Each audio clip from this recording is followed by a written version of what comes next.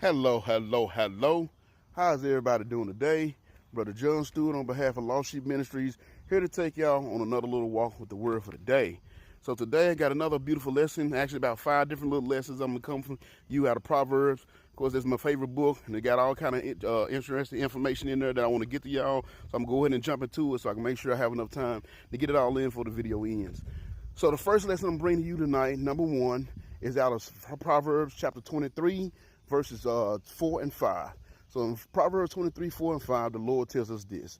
He says, labor not to be rich. Cease from thine own wisdom. Wilt thou set thine eyes upon that which is not? For riches certainly make themselves wings. They fly away as an eagle toward heaven. Oh, that's kind of deep. You know, I think it's ironic to me that on our money, at least the physical kind, or the kind that folds or whatnot, and our coins, not this Bitcoin and all the digital stuff, but on our physical money, it's printed on the money, in God we trust. That's ironic to me because we've actually turned our back away from the real God, and money has become our God. And we display that even on the money itself.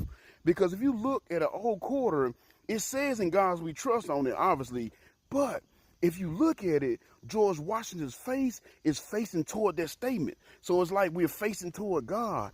But if you look at new quarters, I can't remember exactly what year it started, but if you go look at new quarters, it also says in God we trust, but George's face is facing away from the statement, symbolizing how we left God and replaced him with money.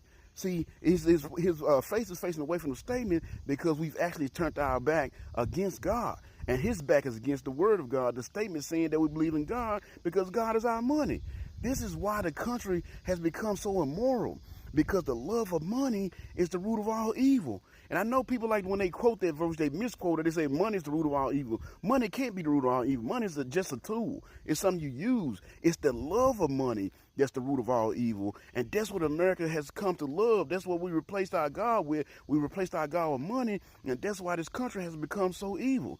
You know, it was 3 different times where Jesus specifically warned us against being rich. It was 3 different times he spoke on how having money can put you in a bad situation.